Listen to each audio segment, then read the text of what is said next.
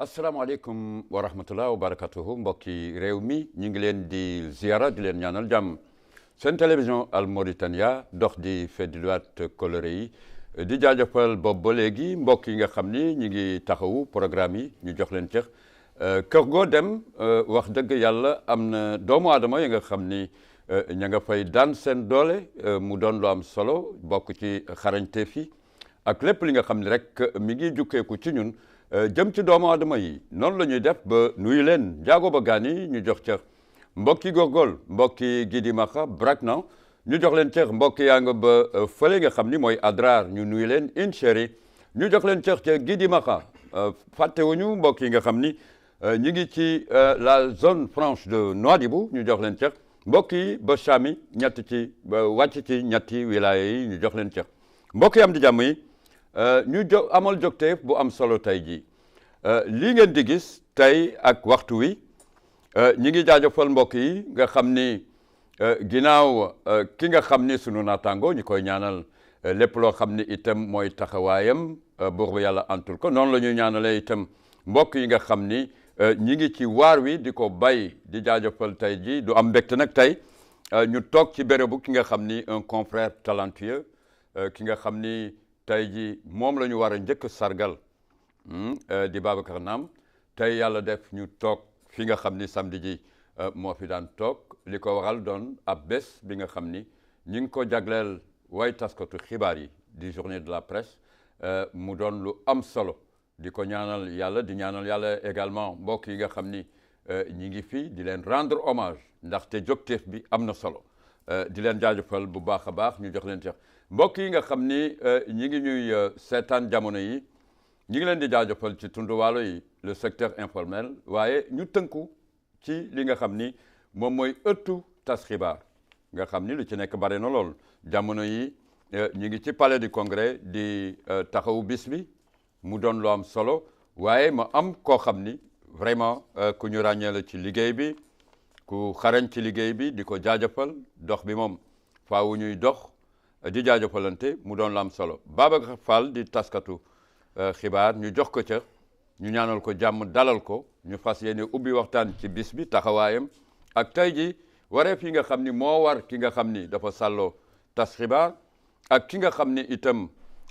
moom mooy taxawu xibaar bi mu doon lu am solo ay encadrement la ay jokkalante la mu doon lu am solo waaye taskatu xibaar boo gis am na kër gu mu bokk ak ci ligne éditoriale bu mu taxaw mu boole ci éthique ak déontologie ak yenn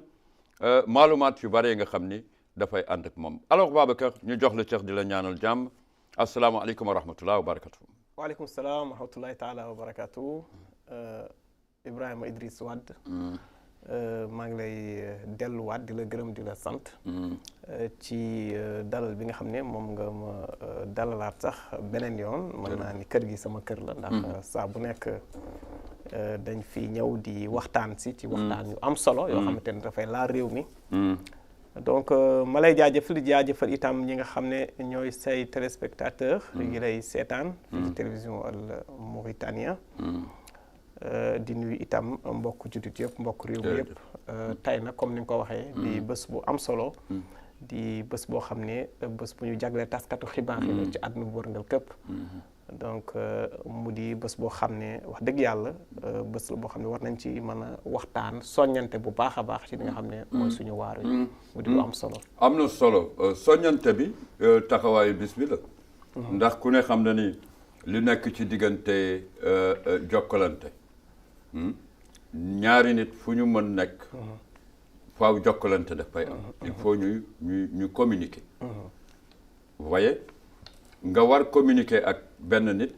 muy comme une communication individuelle nga war communiquer ak mbooloo mooy une communication de masse ak yenn li ñu mel ci biir waaye bu ñu taxawee ci li nga xam ni mooy li ñuy jëfandikoo pour communiquer support yi la kër yi ñu nekk la am na ci yoo xam ni public la am na ci yoo xam ni privé la vous voyez waaye buñ ko ëmbee dañuy jàkkaarloog ki nga xam ni dañ ko ne da nga libre pour wax ñu tudd liberté d'expression une presse libre. Vous voyez loolu buñ koy duggee.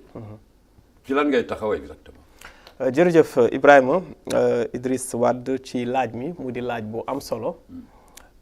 tey bu ñuy wax mbirub tas xibaar ci réew bu Mauritanie dinañu wax ay jéego yu bare rawatina ren parce que tey bul fàtte ni léegi-léegi ñu ngi jóge fële ca xew-xew bu mag bi nga xam ne jamono ji jëwriñ ji nga xam ne ñu dénk lépp lu jëm ci wàllu jokkaloo moom mi lëkkaloo ak ngoblaanu réew mi yor kàddu nguur gi moom Hussein Ould Madou jamono ji mi ngi koy amal fële ca palais de congrès mu di màggal bés bi nga xam ne moom la ñu jagleel li nga xam ne mooy taskatu xibaar yi tey je crois que comme li nga ko wax rek dinañu waxtaan lu am solo muy li nga xam ne moom mooy déontologie éthique ak déontologie li nga xam ne moo war a nekk jikkoy taskatu xibaar ak ni nga xam ne mooy yoonal yi nga xam ne moom la ñu teg ngir tasu xibaar bi man cee tënku ba mën a am ba mën a amal liggéeyam ci anam boo xamante ne nag anam bu mucc ayib lay doon anam boo xam dina ci mën a jëriñ askanam waaye itam du ci lor benn doomu aadama donc loolu dafa am mu nekk loo xam lu am solo la tey bu ñu xoolee ci fan yi ñu weesu gis ngeen ne jëwriñ ji génne na ab yoonal bu bees loi bu bees boo xamante ni moom mooy firndeel kan moo war a doon taskatu xibaar ak ku ko warul doon donc def naa ni jéego boobu doon na jéego boo xam ne moom la ñëpp doon xaar tey ci réew bu Mauritanie boobu ba tey ñu ngi koy xaar parce que waaw lu bees la parce que ñu ngi ko doon sàkku boobu depuis lors ba léegi pour que ñu teg ab loi boo xamante ni vraiment moom mooy déterminer wala moom mooy leeral ak di firndeel ki nga xam ne mooy taskatu xibaar yi mu di loo xam ne loi bu bees la approuvé nañ ko barki démb fële ca conseil des ministres tey mu di loi boo xam ne dina ñëw benn pour sàmm ñi nga xam ne ñooy taskatu xibaar yi ci lu jëm ci seen wàllu liggéey waaye itam dina orienté bu baax ñi nga xam ne ñooy taskatu xibaar yi ba ñu xam exactement fan la ñuy teg seen tànk ndax gis nañ ni jamono yu ñu weesu suñu waar wi bari woon na lool ay jafe-jafe su mbaxloo ku commencé wax ci télé wala wax ci rajo rek wala nangam ñu ne journaliste la alors que journaliste ça n'a rien à voir avec ça journaliste njàng la journaliste ay formation la merci beaucoup journaliste parcours la boo xamante ni nit ki daf ko war a def métier la comme yeneen métiers yi comme ni ngay nekkee soudeur jàng ko mu doon sa métier ba keroog ngay doon ab soudeur bu mag di suude ay maanaam ay bunt ak leneen ak leneen. mais xam nga bu merci beaucoup comme keneen. xam nga bu ma tegee sa loxo sama loxo fii nga toll léegi. d'ailleurs ngay wax lu am solo ku ko nekk ku ko nekkul. wala ku ko bëgg a nekk. ku ko bëgg a nekk oui. fan ngay jaar. très bien mais am na prox ndoolo boo xam ni. dañu am aussi xalaat ne xam nga y a des plus grands journalistes yoo xam ni. kenn formé wu leen. non bien sûr. naka ko mën a waaw gis nga man en fait si loolu laa doon ñëw léegi. dama la bëgg a wax ne journalisme soit. da ngay doon journaliste professionnel boo xam da nga jaar ci école. wala nga doon un journaliste autodidacte. autodidacte. mooy journaliste bu nga xamante ni da nga ramper. c'est-à-dire que du sa njàng du question que da nga jaar école. wante da nga topp métier bi bëgg ko. def ci ay sacrifice ba sax raw journaliste yi nga xamante ni ñi ngi génne école loolu on l'a vu gis nañ ko waaw mais loolu yëpp am na ci métier bu nekk merci beaucoup am na ci métier bu nekk mais bien sûr métier boo gis loolu am na ko mais loolu ngay gis yëpp il faut ñu organiser ko cela veut dire que tey loi bu bees bi ñu génnee tey soit il faut nga jaar école nga am par exemple 3 ans en fait après le bac maanaam nga jàng li nga xam ne moom la ñuy wax journalisme et puis nga def aussi 2 ans wala 3 ans yoo xamante ni aussi da nga ko def dans les télés wala dans les radios. pour nga familiariser merci beaucoup pour familiariser pour pratiquer. loolu aussi ok merci beaucoup donc su boobaa merci donc su boobaa mën na la jox en fait carte de presse. wala nga doon journaliste bi nga xamante ni itam da nga ramper. waaw am nga wante nag expérience am nga expérience oui. da nga prouver jaar nga si ay séminaires yu bëre jaar nga si lu bële de toute façon xam nga exactement lan mooy liggéeyu taskatu xibaar kooku itam mérité na ñu jox ko carte de presse donc loolu la journalistes yi doon xaar pour ñu vraiment defaraat géew gi xam exactement vraiment journalistes yi ci yan yoon la ñu mën a jaar nan la ñuy def ba vraiment ñu mën a reconnaître les vrais journalistes ak ñi nga xam ne vraiment mbokk yi boo leen ñuy suivre ndànk-ndànk la ñu en tout cas ñu am ay poñ yoo xam ni war nañ ci mun waxtaan mais Babacar xam nga yaa ngi ci réew mi doomaanu réew mi nga di fi suturlu nga nekk fi kilifa di tas xibaar bu yàggul ñun dañu témoigner ni boo fi mosaan wax yenn yi ñu ni la moytul dëgg la suñu réew dëgg la moytul kàddu yi alors booy natt jamono boobu ak fi ñu toll tey exactement pertinent xam nga boo mosaan di bëgg a wax dara y a la peur da nga dafa am looy ragal exactement ci réew Mauritanie laa wax dëgg la tey jii boo koy natt bii moom c'est une question pertinente boo xamante ni dafa jëm ci li nga xam ne mooy li ñuy wax sañ-sañu journalistes yi sañ-sañu taskatu xibaar yi merci beaucoup wala ñu wax PRT yi donc c'est la liberté d'expression tey comme li nga wax lu am solo la mais ñu bëri xamuñu ko nag ne réew mi soppeeku na bu baax a baax ci cadre boobu mais bien sûr parce que bu ñu xoolee barka démb am na rapport bu génn bu nga xam ne mi ngi génnee ci bànqaas bu nga xam ne moom la ñuy wax Reporters sans frontières barka démb la ñu génnee li nga xam ne mooy xayma bi nga xam ne moom la ñuy def daanaka chaque année pour xam réew yi nga xamante ni am nañu avancement ci li nga xam moo jëm ci liberté de presse ñu gis ne ren dëgg la malgré que dëgg la Mauritanie perte na 17 places malgré que dëgg la bu ñu ko méngalee ak année yi ñu génn ñu ñoo jiitu woon ci réewu arabe yi itam bokk ci réew yi nga xam ñoo jiitu ci Afrique tey ñu ni tey en Afrique ñun nekkoon nañu ren ñun ñoo nekk 5e place en Afrique après Afrique du Sud après quelques réew ñun ñoo nekk 5e place au niveau par exemple ci réewu arabe yi ñun ñoo nekk 1re place donc merci beaucoup merci ñoo ko déclenché ñun ñoo ko déclenché ok donc loolu c'est clair donc loolu ça voit que dafay wane ni Mauritanie mi ngi ci yoon pour vraiment relever défi yi nga xamante ni moom la taskatu xibaar yi doon jànkonteel tey gis nañu comme en fait li ma doon wax léegi que tey ñi ngi amal xew-xew bu mag bu nga xamante ne am nañu yaakaar nañ jiitu réew mi dina ko teewee am nañu merci beaucoup am nañu yaakaar que aussi organisation internationale yi nga xamante ni ñooy toppatoo journalistes yi ci àdduna wërngal këpp dinañ ko teewee parce que tey il faut itam ñu wane itam jéego yi nga xamante ni nguur gi liggéey na ko ci wàll wi nga xamante ni moom mooy géew gi donc tey ci tey comme en fait li nga wax ñu ngi ci yoonu aussi li ñuy wax en fait recrutement maanaam recruter replacer merci replacer waat merci beaucoup kenn ku nekk ci loolu merci beaucoup ñu jël la en compte xam sa valeur xam sa valeur xam sa lépp buñ la waree embaucher la buñ la waree defal contrat defal la contrat merci beaucoup mu nekk loo xamante ni boobu ba tey nit ñi ñu ngi ko doon xaar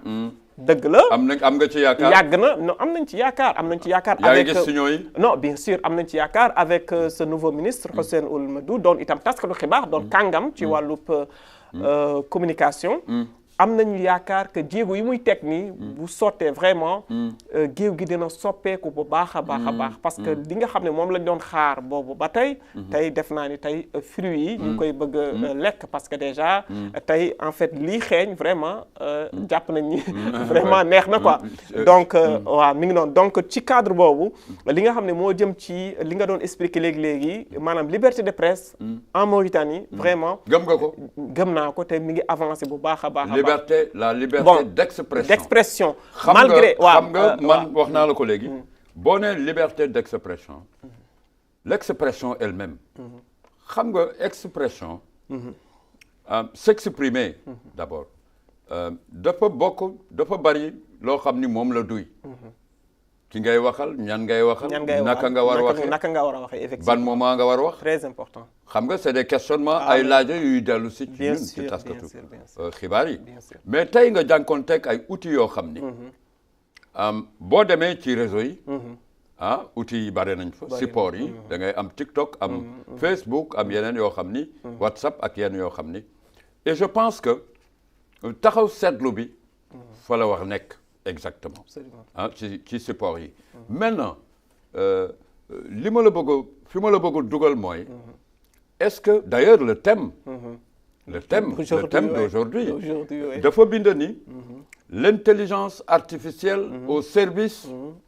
de la presse si vous voulez de la presse absolument mais lan mooy intelligence artificielle exactement nit ki la muy jëfandikoo ak ki muy jongoonteel tey li mu jàkkaar lool nga xam ni mën na xëy sax remplacer ko vous avez vu donc cadre boobu exactement booy taxawal liberté d'expression tel ak ni ko nit ñi di déggee est-ce que c'est une liberté exactement effective lu la neex wax très bien li nga wax aussi lu am solo la parce que loolu boo ko waxee da ngay ñëw ci inconvénient yi nga xam ne moo nekk ci wàllu liberté de presse malgré que dëgg la liberté de presse tey il faut ñu am nu ñu ko organiser ba nga xamante ni c'est une liberté encadrée merci beaucoup il faut ñu encadrer régie par des moo baa ngi noonu régie par des règles des textes des lois tout ça merci beaucoup déontologie éthique yooyu yëpp merci parce que tey dañu jànkoonteeg ay jumtuwaay yu bees maanaam jumtuwaay xarale yu bees mooy comme ni nga ko waxee léegi intelligence artificielle tey mu di jumtuwaayu xarale boo xamante ni bu doy waar la boo xamante ni comme ni nga ko waxee bu ñu moytuwul sax dina remplacer nit maanaam bi nga xam ne moom la nit war a xalaat intelligence artificielle mooy ñëw xalaat ko ci place am et donc mu nekk ay jumtuwaay xarante yu doy waar yoo xamante ni dafa laaj comme ni nga ko waxee ki nga xam ne moom la yàlla jox peut-être benn responsabilité bi mu doon ab taskatu xibaar wala mu doon koo xamante ni en fait borom kii la maanaam koo xamante ni quand même en fait porteur de voix la wala dañu mel noonu ñooñu vraiment war nañu mën a xam ne dañu am benn responsabilité bu lourd responsabilité bu rëy la parce que tey lépp lu ñu def rek bépp faute boo xamante ni moom la ñu def rek dafay dellusiwaat ci askan bi te ci tey lii ngay gis nii mu di jumtuwaay yi ngay gis nii jumtuwaay yu doy waar la am na ci tey ay réew yoo xamante ni ñoom ñoo ko tas am na réew yoo xam tey am na ay guerre tas na et tout ça merci beaucoup kaddu merci beaucoup kaddu l'expression moo ko tas expression moo ko tas donc ba tax na affaire boobu comme ni nga ko waxee rek il faut que itam ñu encadrer waat ñi nga xam ne ñooy taskatu xibaar yi ak porteur de voix yi ci xarale yi bees yi nga xamante ne dafa yomb waaw merci beaucoup nga xam ne waaw ak formation nga xam ne tey da ngay toog sa kër rek ngay toog yor sa benn en fait outil bu ndaw mun nga ci tas réew donc loolu dafa laaj ñu def ci sensibilisation bu rëy boo xam ne surtout ndaw ñi ñu def ci sensibilisation bu yaatu boo xamante ni dina tax ñu xamal ndaw ñi li nga xam ne mooy danger bi nekk ci outils yi nga xam ne mooy jumtuwaay xarale yu bees yi itam ñu xam itam lan mooy seen rôle lan la ñu war a jouer comme loo xam ne dafay ñëw vraiment ngir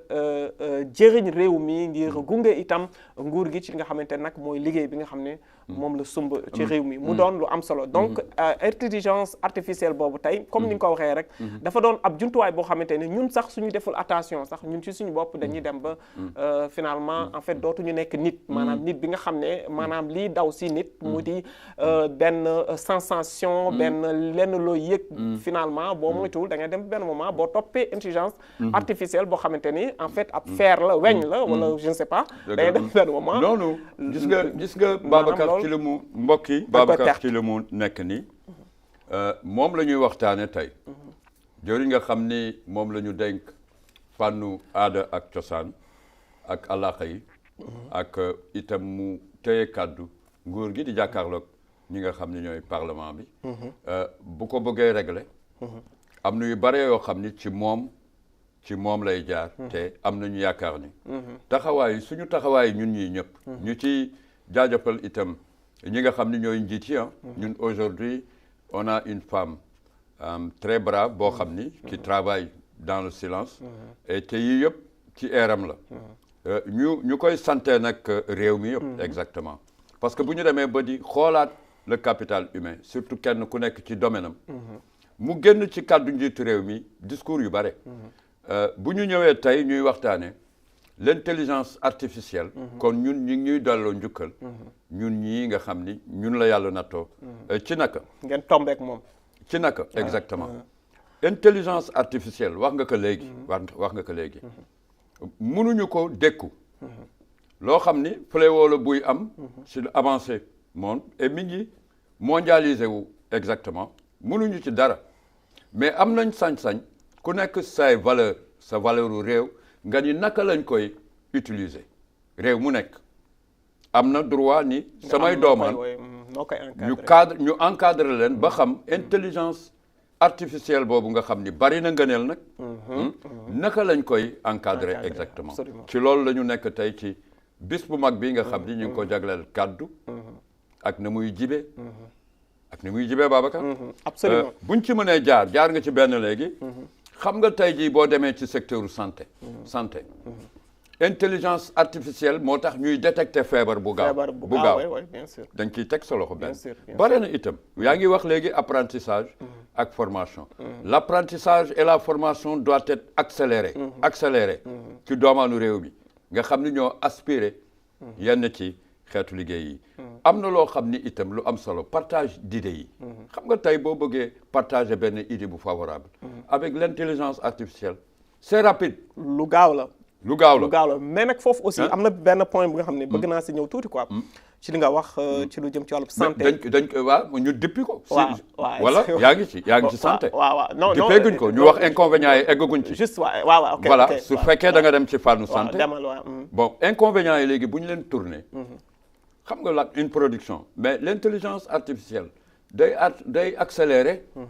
une production am na yoo xam ni bare na avantage yoo xam ni buñ ko non mais nous sommes l'un des rares pays africains yoo xam ni qui dépasse par exemple sur le numérique yu dem exactement on a beaucoup avancé ci cadre ci ñu bare bàyyi xel le premier ministre sénégalais Sonko mi ngi koy wax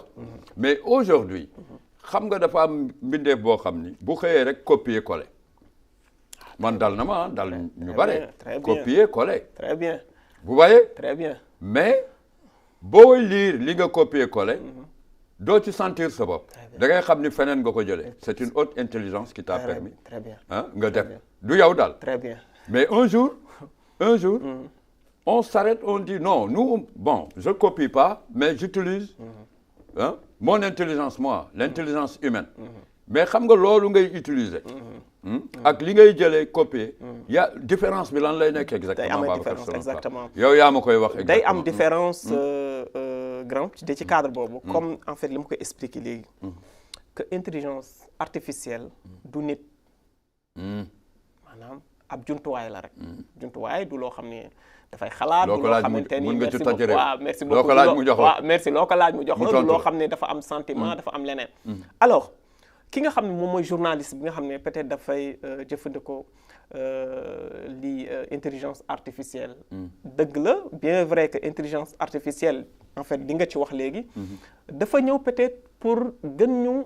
jàppale gën a xarañal suñu liggéey on est parfaitement d'accord waaye nag na fekk ki nga xam ne moo koy utiliser mu doon koo xam ne itam moom it dafa xarañ d'abord ba pare c'est-à-dire que il faut nga xam sa métier mooy d'abord parce que par exemple tey moom loo ko laaj dina la indil ba indil la loo xamante ni sax maanaam du lu baax mën na la indil mais boo ko laajee merci beaucoup merci beaucoup waaw tey loo ko mënti laaj mën na la indil loo xamante ni maanaam bien vrai que lu baax la mais aussi mën na indil leneen loo xam ne itam baaxul donc yow il faut nga am intelligence su mën a segg li nga xam ne moo baax ak li nga xam ne maanaam vraiment mën na indi problème wala bokkul ci éthique bokkul itam ci déontologie donc loolu journaliste bi d'abord il faut mu mën a segg il faut mu xam mën a segg li ko intelligence artificielle di indil d'abord wàllu santé aussi c'est la même chose comme li nga wax rek par exemple mën nañ ko fa utiliser mais parfois aussi mën nga ko laaj lenn loo xamante ni mu indil la loo xamante ni parfois loolu erreur la mais bien sûr day am erreur attention waaw moo tax même s'il y a l'intelligence artificielle war nga am xarañteef mais war nga am xarañteef merci beaucoup xarañteef pour mën a xam ne li mu la indil nii bokkul ak li nga soxla wala li mu la indil nii baaxul par exemple tey mën nga ko laaj par exemple njiitu réew mi mu indi la njiitu réew boo xam ne jaaroon na fi fekk du njiitu réew merci beaucoup ay erreur lay am. ce qui li nga bëgg a wax mooy. Bon en fait. dafa waroo ko jël rek jukki. waroo ko jël rek jukki dafa war am un traitement. mais nag suñu métier prévoir na ko. mais loolu merci. xam nga prévoir na ko dans le texte. gis nga nit ki bu bindee. war nga xam ndax kii xalaat niveau xalaatam. booy wax ci éthique. war nga xam ne lii mu bind. togg nañ ko toggaat ko. exactement. ça se sent. exactement. dañ koy sentir. exactement. vous voyez boo demee ci déontologie mu tàkkale la sa profession. très bien. exactement. foofu laay waxee. donc nit ki donc prévoir nañ ko. waaw mais merci beaucoup bu ñu nee traitement. waaw donc en tout cas lépp loo ko laaj mën na ko indi mais aussi en tant que journaliste war ngaa mën a am ay sources war nga mën a def vraiment maanaam jeqiwaat pour xam exactement. est-ce que waaw merci beaucoup lii am na racine wala amu ko cela veut dire est-ce que lii. lu wér la. wala li wérul. mais la vérité triangulaire. merci beaucoup loolu c'est très important. Gis nga vérité triangulaire conscience africaine la suñu lii mooy par exemple en fait dama koy partager. je partage ça avec le public. gis nga dafa am mbokk moo xam ni day dox tak mu dégg benn information. benn. mu ne léegi naa dem ci côté opposé. dem ci beneen zone opposée. dégluwaat fa la même information. deuxième. mu ne naa déplacé wu. demaat feneen demaat ci beneen. côté angle. fu sore. déggaat fa la même information. lan lay un questionnement arrive. dëgg ndax dëgg la walla. mu ni boo ko déggee ci ñetti zone yu wuute. day wuute et que c'est la même information. war nga am njort ni information bu baax la. c'est ça. mais boo ko bu commencé wuute rek. war nga ko traiter. effectivement. d'accord nga ci. donc loolu mi ngoog man je suis parfaitement d'accord avec toi de ci loolu noonu parce que nit ki je crois que journaliste lépp lu muy génnee war na mën a am source. war na mën a am source même su fekkee da nga war a jëlee peut-être après bëgg nga defar texte bi peut-être wala bëgg nga leneen wala leneen peut-être da nga bëgg a jaar ci en fait li ñuy wax intelligence artificielle. war nga mën a xam lii exactement fan la jógee. li ciy dëgg ak li ci nekkul dëgg lépp nga mën ko xam. ba bu ko defee xibaar bi ngay jàllale. war na mën a nekk xibaar bu wér. bon de ci cadre boobu itam tey dans les réseaux sociaux aussi tey. moom mooy problème bi est-ce que depuis 10 ans ou depuis 15 ans. même soo bëggee. waaw exactement li ñuy wax tey. ñame woon nañ ko wax. waaw merci beaucoup fa laa lay téye quoi. waaw merci beaucoup foofu da nga jaaxle ci liy xew. waaw mais c'est catastrophique. c'est catastrophique li nekk ci réseaux sociaux yi tey. une liberté mal comprise. waaw merci beaucoup mal comprise. waaw mi ngi noonu liberté boo xamante ni liberté bu doy waar la parce que pourquoi parce que ñi koy def ñan la en général mooy ñi nga xamante ni jànguñu exactement nan nga war a transformer xibaar xamoo exactement li nga war a wax xamoo ndax lii di ko boo ko waxee merci beaucoup ay surtout fake news yi merci beaucoup day taal réew. tu vois donc loolu yëpp tey man je crois que war nañ ko mën a assainir war nañ ko mën a vraiment assainir ba nga xamante ni parce que tey peut-être bëgguma wax yenn yi mais tey liy xew ci réseaux sociaux yi buñ ko arrêté wul. li ñuy gis instant bi temps bi ñuy dund nii. li ñuy gis ci réseaux sociaux yi bu fekkee gouvernement bi jëlul mesure yi war. ah oui kon mesure yi di jolli. d'accord nga ci waaw moi je suis parfaitement d'accord parce que buñ ko deful. parce que léegi ay discours n'importe quoi ngay gis. les discours haineux. ay xas nit ay saaga nit ay di n'importe quoi donc mu nekk vraiment ay jikko yoo xamante ni doonu woon suñuy jikko. d'accord man nit ki je suis parfaitement d'accord mën nga ko wax li nga xam ne moo en fait mooy sa gëm-gëm. li nga gëm te fekk doo ko blessé. te fekk doo ko saaga. te fekk doo dugg ci vie privée. le mode d'expression. le mode d'expression effectivement. yarin la mais est-ce que mën nga ko dugal ci aada ak cosaan. non loolu ci yarin. waaw même ci éducation même si c'est le journaliste. ci éducation la bokk. ci éducation la bokk. journaliste dafa war a yaru. dafa war a yaru mais loolu da nga koy jàng yow sa bopp da nga koy jàng ci éthique. déontologie lépp da nga koy jàng maanaam teggin yi. teggin yi nga xamante ni maanaam moom la journaliste war a làmbool. ci buy wax buy jàllale xibaar buy tout ça dafa am vraiment ay teggin yoo xamante ni merci beaucoup moom nga war a làmbool ba nga xam ne tey lépp loo wax kenn du ci sikki sàkk parce que démb journaliste c'était comme ça. oui parce que comme dafa am mag moo ma soon wax ni ma la façon de parler gesticulation ak tel mun na indi ay signaux de vérité ci li ngay wax. bien le sûr. comportement. Ah mais bien sûr. le parlant journalisme moo tax Nafoore groupe je les remercie en tout cas de passage. Eux qui sont là monsieur Idriss lui et son équipe. nga xam ni ñi ngi liggéey bu baax a baax ci réew mi ci l'expression ci la prise de parole en public. jël parole ci mbooloo. jàkkaarloog mbooloo en tout cas yombul. mais aussi le développement personnel. nga xam ni war nañu delloo si. li nga xam ni moom mooy le capital humain ci. évolution ci am na yenn question yoo xam ni ça te retourne ci dox bi yaa leen di tontul sa bopp mais bari na ci question yoo xam ni nit ki day defoo ni public bee koy tontu alors que li leen war la la connaissance la connaissance de soi mu nekk lu am solo alors Babacar tey jii jaar nga ci léegi lan ngay xaar ci suñu cercle yi ak situation yi ñu nekk ci kàllaamay jawriñ gi Hussein Ould Meddou nga xam ni ñu ngi koy xaar ci toogaay exactement. effectivement tu sens quoi là lan ngay xaar. en tout cas Hussein Ould Meddou wala sax ci njiitalu jiitu réew mi moom Mohamed Ould Cheikh Ould Ghazouani nar nañu def réalisation bu rëy boo xamante ni ñi leen maanaam ñi nga xam ne ñoo ñëw avant ñoom ñëpp ils ont échoué sur ça. Ah mais bien sûr parce que dafa tàng. dafa tàng. xam nga boo xoolee ku mel ni kenn ku ma bëggul wax. ak li muy liggéey yëpp. ñu xëy ni la pigiste la. ah effectivement foofu laay waxee cela veut dire que tey Hussein Ould Meddou dafa fekk ab dossier boo xamante ni dossier bu difficile à régler la bu xam c'était très difficile ñi ko fi précédé yëpp ñëw nañu wax mais n'ont pas réussi à la régler.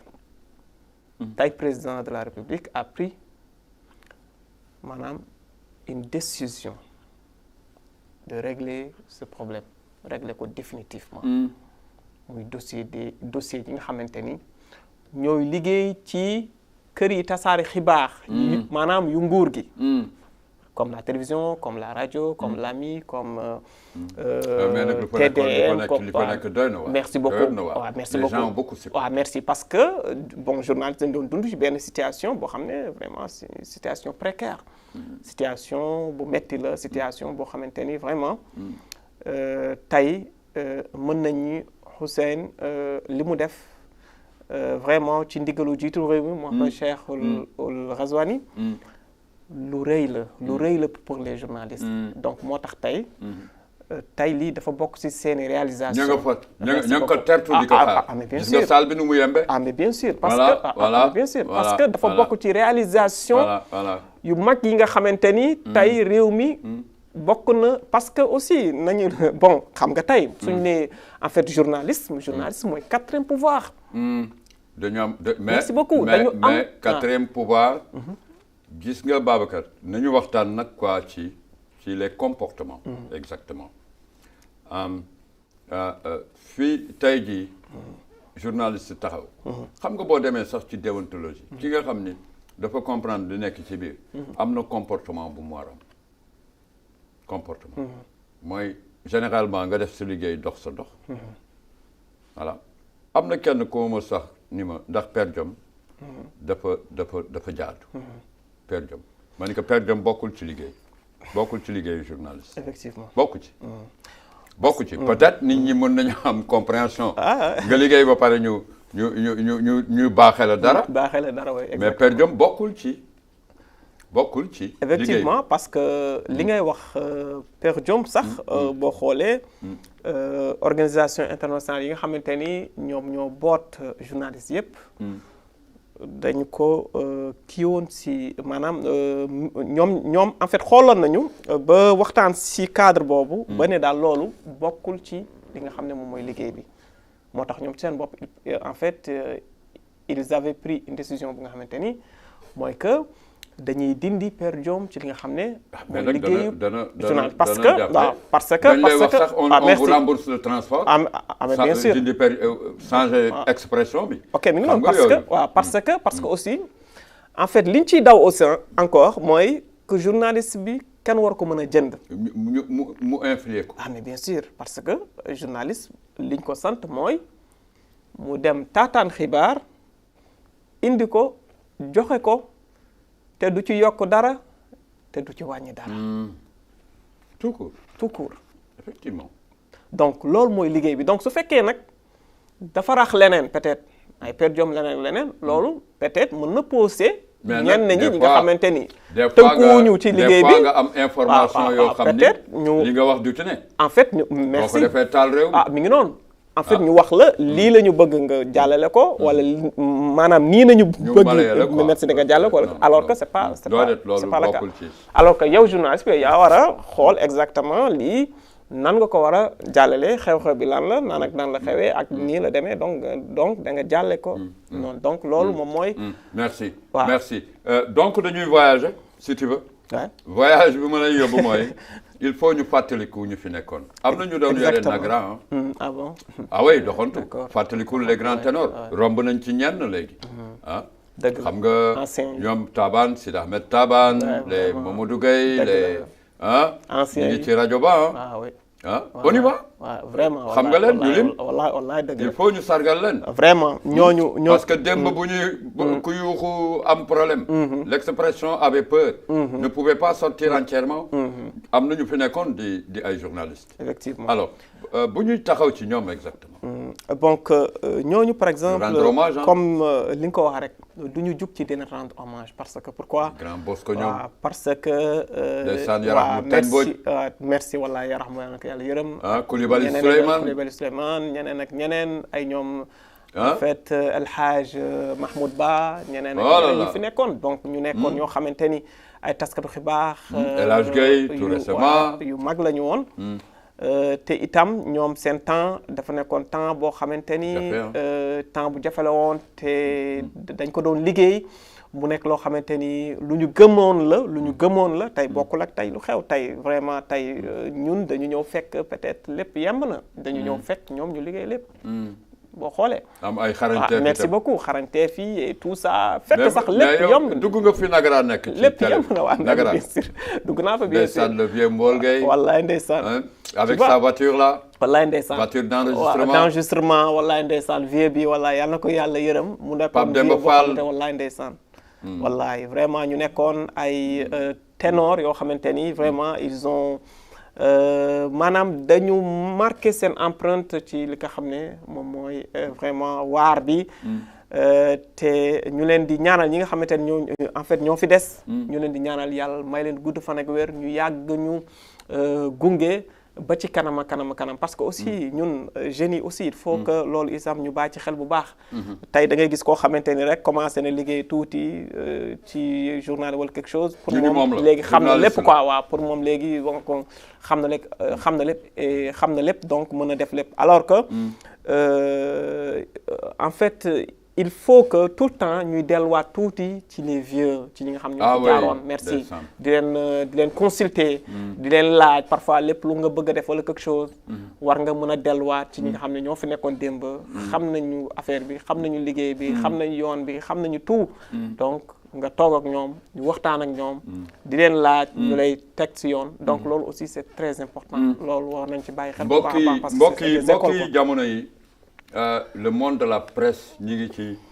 palais des Mourabitoun wax dëgg yàlla gis ngeen badge yi nii vraiment boo ñëwee ñu sargal la nga dugg fekk fa li nga xam ni Babacar jaar na si léegi moom la nguur gi di yëkkati passant par le ministre bi nga xam ni le ministre de tutelle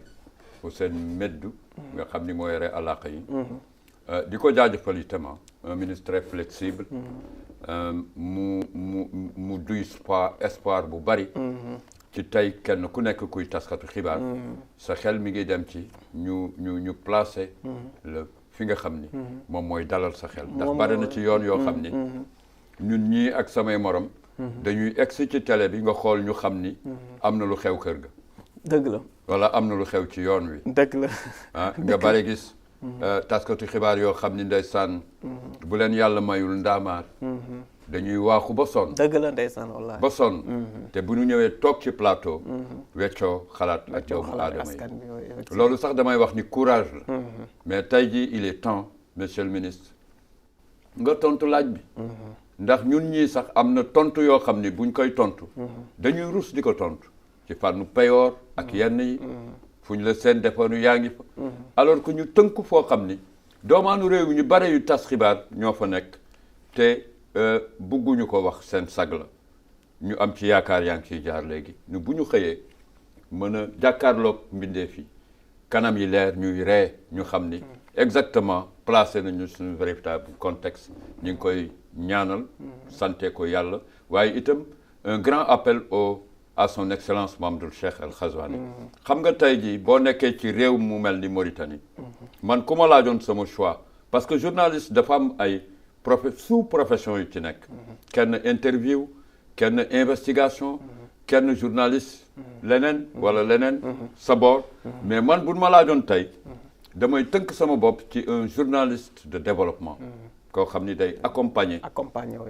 les stratégies de développement yi nga xam ni mooy xew ci réew te fa la ñu war taxaw exactement boo xoolee li nga xam ni mooy xew ci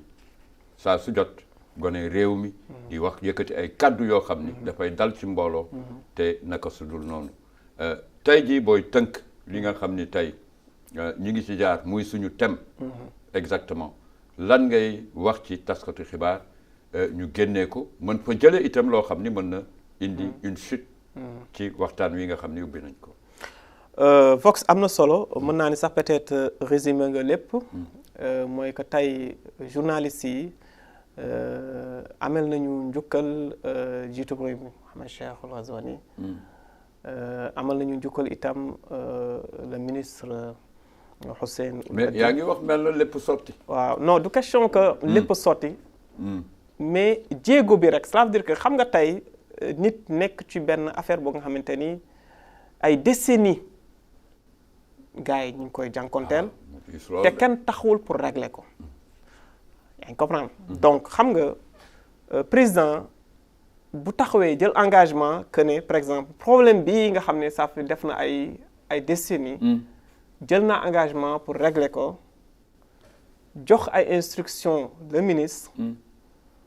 mu créer benn commission pour ñu régler ce problème je crois que loolu c'est à saluer loolu rek ça veut dire que jéego boobu rek même su fekkee sotteegul am nañu yaakaar peut-être mu sotti pour que journalistes yëpp jëriñu ci parce que loolu moo ci am solo parce que tey comme olof lu muy wax rek olof danaan en fait ku la wax ku la je ne sais pas wax nga xaar añ ku la jox ndekki merci ku la jox ndekki su la diggee añ war nga mën a gëm tey loi bi nga xam ne moom la ñoon xaar pour assainir presse bi tey pourtant ñu ngi ko doon xaar des décennies te pourtant génn na barka démb génn na conseil des ministres approuvé na ko donc je crois que leneen itam war nañ mën a gëm ni peut-être aussi moo ciy topp donc tey lii journalistes yi dañ koy santé jiitu réew mi te aussi war nañ ko mën a jàppale accompagner ko bu baax a baax du question que dañ koy accompagner wala dañ koy sant parce que lii la wala laa la mais aussi nit ki su defee ay réalisation war nañ ko mën a wax war nañu mën a wax ni vraiment diw moo fi def lii nga xamante ni kenn mus ko def lii dafay bokk vraiment ci réalisation yi nga xamante ni moom jiitu réew mi vraiment il l'a fait donc tey les gens ñi ngi fële na le au palais des congrès fas yéene waxtaanee tey lu bëri ci réalisation yi nga xamante nag moom la jiitu réew mi def ak yi mu bëgg a def itam ci li nga xam ne mooy dans le cadre de la presse mais man li nga xam ne moom laay ñaax gars yi toujours mooy itam nañu bëril formation yi l'apprentissage parce que ça et la doit formation. merci waaw formation continue bi Effectivement. dafa nekk loo xamante ni dafa am important si journalistes yi parce que itam journaliste mën nga jàng mais après da ngay fàtte. non mais waaw aussi mais à chaque fois dañu war di def ay formation xam nga man taamu naa waaw journaliste bu nekk journaliste comme présentateur wala truc ba pare di montel boppam. il fait ses propres montages xam nga dafay am liaison da ngay li nga sa émission par exemple nga montel ko sa bopp. ça s'accorde quoi li nga sentir ngay def ça s'accorde xam nga mun nga nekk journaliste fii mais tu te renforces en montage ak yenn yi nga xam ni vraiment dafay renforcer mais bien sûr li nga xam ni mais la formation dans les institutions dans loolu laa bëgg a wax cela veut dire que dañu war a parce que sax bon dégg naa ministre bi mu ne en fait dinañ construire une maison de presse bokk na ci li nga xam ne war nañ ko construire donc vraiment c'est des réalisations yu am solo yoo xamante ni vraiment journalistes yi moom lañ doon xaar te am nañu yaakaar ni vraiment que vraiment lancé bi ñu jël nii dina vraiment aboutir à des réalisations extraordinaires ci nga xam ne moo jëm ci cadre presse jaajëf alors Babacar Fall taskatu xibaar moom la ñu dalal ci bés bii nga xam ni moom la ñu jagleel la liberté de la presse wala ñu ni la presse la presse parce que liberté bi moom buñ ko xëccee liberté dafa am moo bu am bayre la nit ki sax dana ko dégg dafa ni la toutes les libertés sur l'expression te dafa am ay restrictions exactement yoo xam ne alors ban actualité moo la gën a frappé nga koy xaar wala yaa ngi ci nga war ci génne exactement ban la bon actualité yi nga xamante ni vraiment moom la ñuy xaar instant bi bëri na. wax ma ci benn. muy le dialogue. ah oui waaw bien sûr. est-ce que le dialogue national bi nga xam ne jamono ji wax dëgg yàlla. ñu ngi ci problème sax ñu ngi ci crise tuuti. parce que déjà pas comme les autres. dialogue pas dafa war a nekk un dialogue boo xamante ni dafa war a nekk un dialogue inclusif. rapidement noo ko bëggee. bon bien vrai que dëgg la ñu ngi ci préparation dialogue bi pour vraiment ñu mën a waxtaanee li nga xam ne mooy jafe-jafe réew mi. xamagum nañu bis bi. wala kenn téyeguñu bis bi mais mi ngi ci mais quand même man li nga xam ne moo ma ci gën a soxal mooy ñu fexe daal ba. ñi nga xamante ni ñooy opposition bi nga xam ne ñoom d'accorduñu vraiment pour dem ñu fexe ba convaincre leen xam ni réew mi woote dialogue bi ba nga xamante ni ñëpp dinañ mën a waxtaan un dialogue inclusif voilà qui amène à bord tous les citoyens mauritaniens sans distinction d'appartenance politique c'est le pays qui appelle ci ëttu réew mi alors ñu jaajëfale ko ñëpp di ñaan yàlla réew mi jàmm alors mbokk yi am di jàmm yi ci bis bu ñu jagleel waaye taskatu xibaar yi ak naka la ñuy taxawee ci àdduna bi ci réew yi ci ëtt yi mu am solo lool mbokk yi am di jàmm yi Ibrahima Idriss seen télévision Al Mauritania ñu jaajëfal leen ci yeneen i xeetu waxtaan asalaamaaleykum wa rahmatullah wa barakatuh.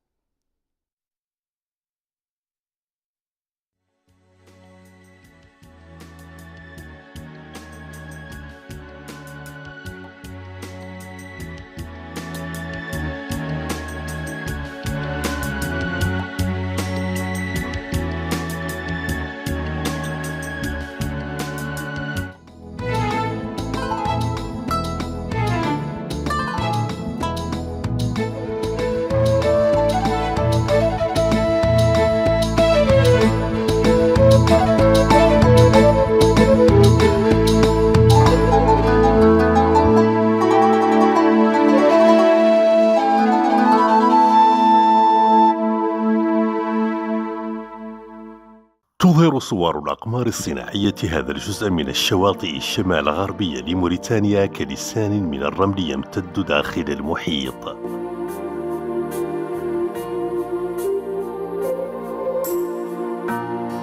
لسان واذيبو أو لسان واذيبو أو داخلة واذيبو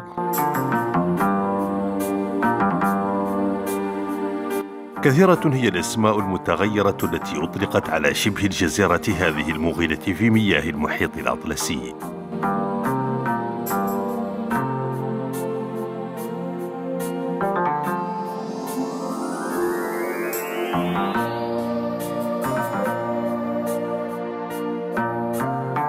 عند رأس شبه الجزيرة يمكن ملاحظة كيف يخسر الجرف الرملي معركته أمام المخلوق الأزرق.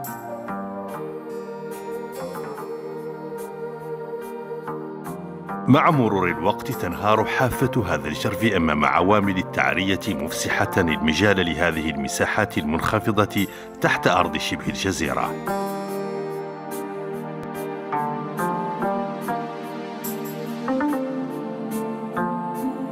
ويعد هذا الشاطئ من الأماكن القليلة التي يمكنك من خلالها رؤية السفن الصناعية المتجهة إلى موانئ مدينة واذيبو والطيور القادمة من مشال محمية حوض آرجين، والتي تبدأ حدودها قريبا من هنا إلى الجنوب.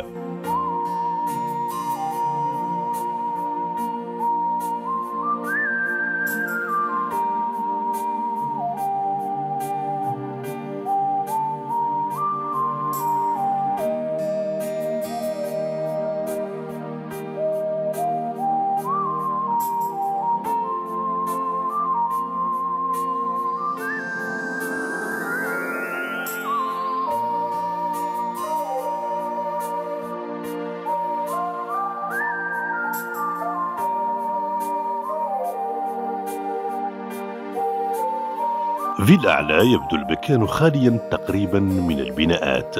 ويلفت انتباه الزائر الشكل القديم لهذه المنارة الشامخة في عزلتها القديمة.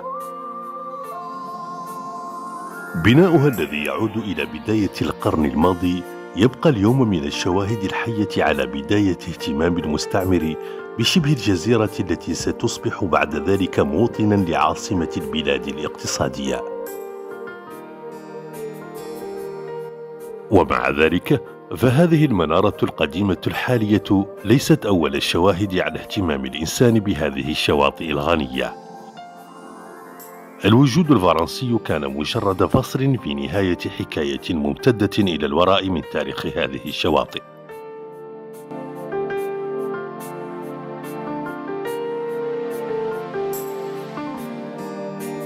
وقبل الهيمنة الفرنسية في بداية القرن الماضي ستزدهر المنطقة في ظل الوجود الإسباني، وستصبح هذه الشواطئ مركزاً هاماً للتبادل التجاري بين سكان جزر الكناري وسكان قرى الإمراجن الممتدة من هنا على طول الشواطئ الموريتانية. قبل الإسبان ظهرت السفن البرتغالية الباحثة عن تجارة الصمغ والرقيق،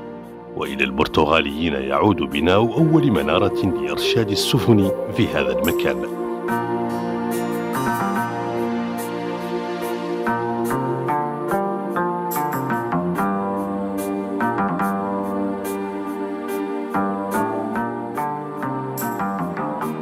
تقول المصادر إنهم أقاموا هنا قلعة لتجارة الرقيق وديرا ومنزلا لأحد رهبان الملك هنري الملاح ملك البرتغال في ذلك الوقت،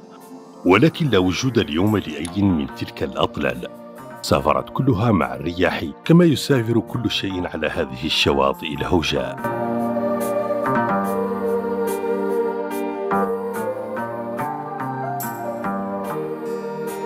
لطالما أثارت هذه الشواطئ مخيلة الأجنبي القادم من وراء المحيط، وقد ألهمت الكثير من شعرائهم وكتابهم. وجاء ذكر الرأس الأبيض في قصة Suffering in Africa أو المعاناة في إفريقيا لكاتبها الأيرلندي جيمس ريلي. وفي المخيلة الفرنسية تذكر هذه الشواطئ بمأساة سفينة لاميدوز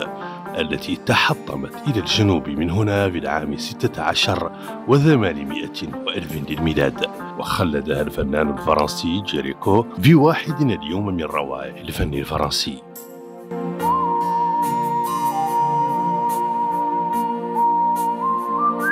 ظهر ذكر هذه الشواطئ الرملية بزمن طويل قبل وصول المستكشف الأوروبي، كما تشير الكتابات العربية ما قبل الحقب البرتغالية. ففي كتابه الشهير المسالك والممالك يقول أبو عبيد البكري إن دولة المرابطين انطلقت من هذه الشواطئ قبل 9 قرون من الآن. وقبل ذلك يذكر نفس المؤرخ وصول بعض الحضارات السابقة على الحقبة الإسلامية إلى هنا، إلى شواطئ الرأس الأبيض.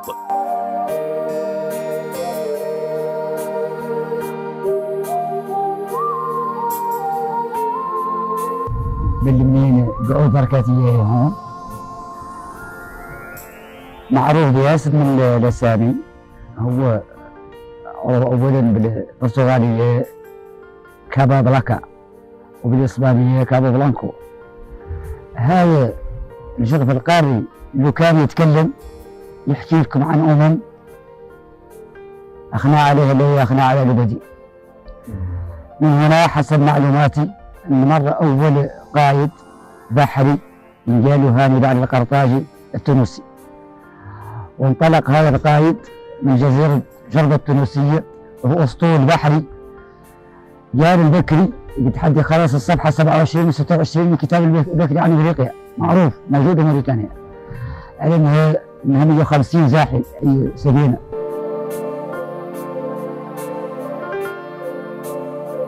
وبالتاريخ الحديث يعني في القرن ال15 البرتغاليين بدأ البرتغاليين صيد الفقمة الملكية اللي قالوا فك وقالوا الفيبر هي اسمها الزناقية، معناها نقول يزفر قالوا ما زالت موجودة حاليا. حتى كانت هون بالملايين يقال وربما زلج متين بلاد غالي اللي هي البرتغال وجنوب فرنسا واسبانيا وبعض من جبال الألب، وعادوا عندهم مصدر للدسم لا لحمه وشحمه وعنده به القنبير.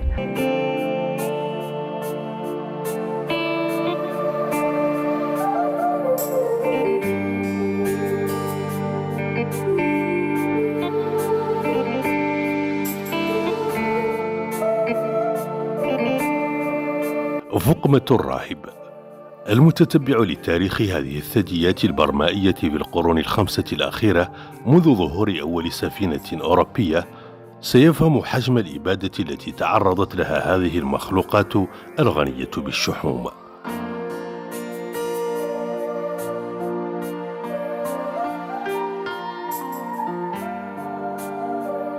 اليوم لا يتجاوز عدد هذه الحيوانات 200 على السواحل الموريتانية.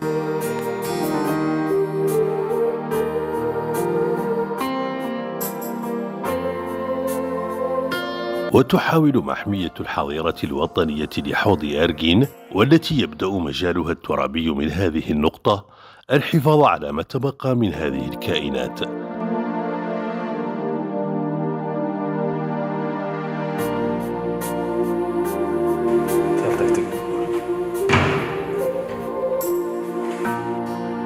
لم تكن الأساليب المتبعة دائما ناجحة في الحفاظ على معادلة البيئة والاقتصاد.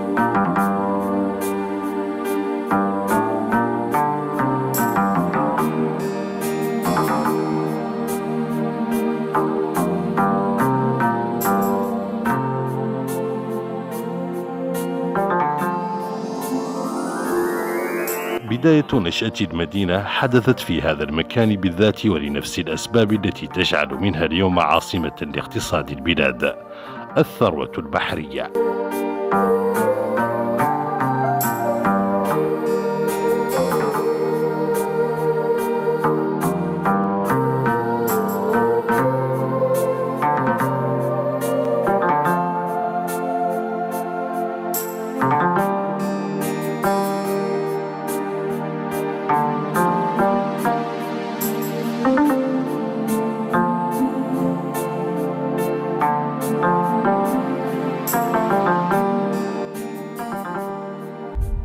وهذه الجزيرة معروفة أنها بالتناسل الأسماك، هي عايد بالازدياد السمكي في الجرف القاري الموريتاني الهضبة. جزيرة ممتدة من تقريبا بليدة ينقال المصيبطة، هو نوع من النبات، وينقال رباط العشاء، وهو حاجز بين البلد اللي يخدموا في الجزيرة هذه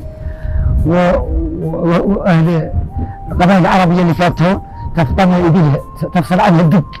تخلي الدق في الجزيرة وتخلي شوي الهك. هذه اللي قالها المصيبطة، وهذا اللي قالها رباط العشار من أحياء المدينة، معنا ما مؤهولين. دونهم الكلامي، والكلامي هذا الإنسان اللي له يرعى حارس عايد، يعطي يمرق ورا رجليه ويوقف على نتوء صخر طويل ينقالوا الكلامي، بحيث يتبوا يسمعوه إلى نداهم للتحرير، ومن جاوا نصارى داروا عليه لاسلكي.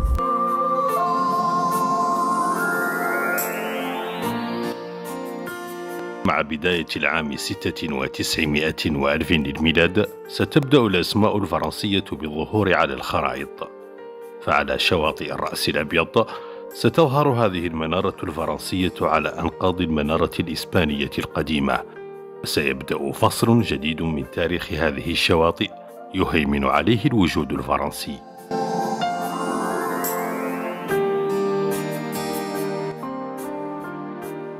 حي كنصادو الذي يقع اليوم إلى الشمال الشرقي من الرأس الأبيض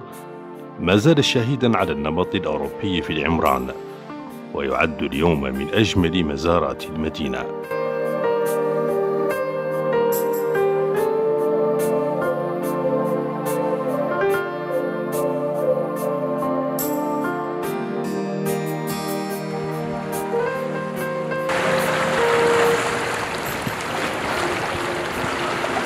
النواذب،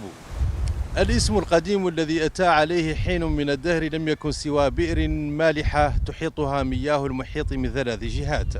أصبح اليوم يرتبط بثاني أكبر مدينة من مدن البلاد، ومركز ثقلها الاقتصادي. أهلا بكم من حي كانصادو العمالي، حيث من هذا الحي العمالي الصغير يمكن أن نختصر نشأة مدينة بكاملها.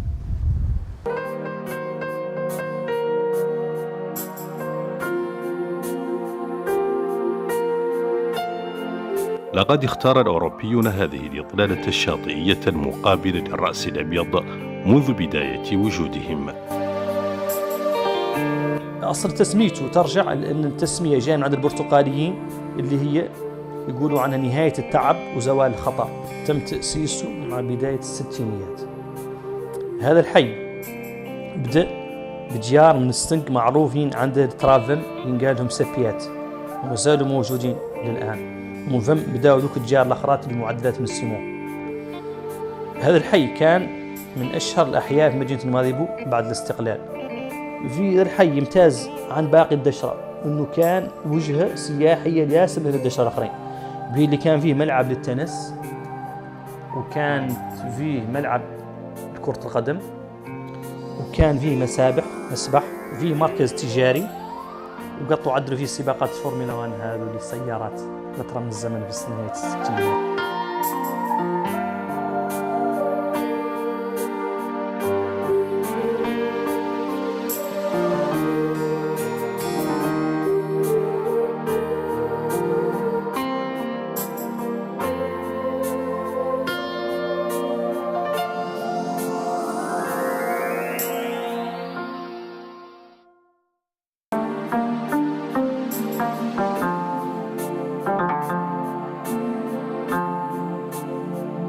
في مطلع الخمسينيات سينصرف اهتمام فرنسا إلى استغلال حديد تير الزمور الأخت الشمالية لولاية نواذيبو، وسيتم اختيار نواذيبو كمنفذ بحري لتصدير خامات الحديد إلى خارج البلاد. وهكذا وفي مطلع الستينيات من القرن الماضي ستستغل الشركة الفرنسية ميفارما هذه الشواطئ لإقامة مساكن لعمالها، مع إعلان القطيعة مع المستعمر الأجنبي. وبعد تأميم ميفارما وتحويلها إلى الشركة الموريتانية للصناعة والمناجم في منتصف سبعينيات القرن الماضي، ستتغير ساكنة الحي تدريجيا حتى رحيل آخر عامل أجنبي.